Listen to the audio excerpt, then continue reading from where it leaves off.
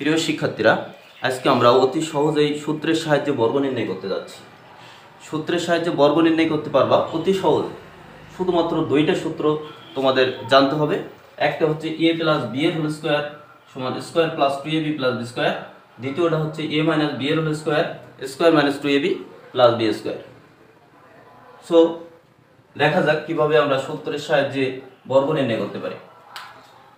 5x plus 2y কে সূত্রের সাহায্যে বর্গ নির্ণয় করতে হবে।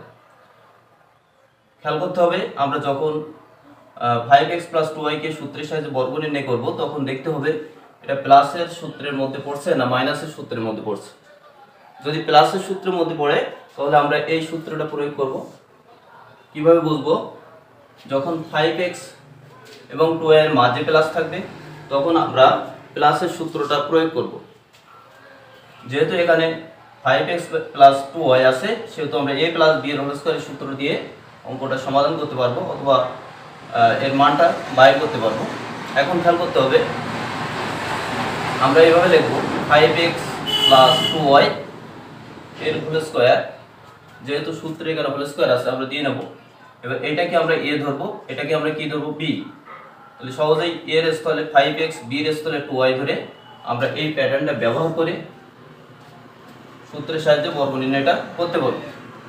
এখন 5x এর হোল স্কয়ার, যেহেতু এর হোল স্কয়ার আছে, প্লাস এই সূত্রের 2 এখানে বসবে, ab, এটা b এর সাথে গুণ বোঝাচ্ছে, অর্থাৎ এখানে হচ্ছে 5x, তাহলে আমরা এখানে 5x দেব, b হচ্ছে 2y দিলাম, সূত্রের প্লাস b এর স্কয়ার অর্থাৎ 2y এর হোল স্কয়ার দেব, 2y এর হোল স্কয়ার।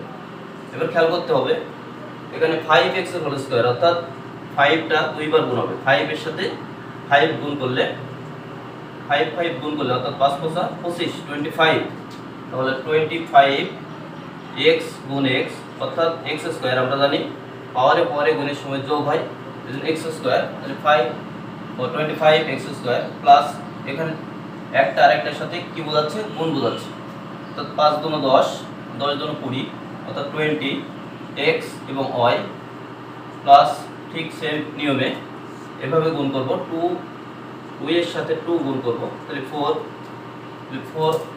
y এর সাথে y গুণ করলে y স্কয়ার। তাহলে আমাদের সূত্রের সাহায্যে বর্গ নির্ণয় অতি সহজে করে ফেললাম। এটা অ্যানসার আমরা লিখতে পারবো। তাহলে কি বললাম?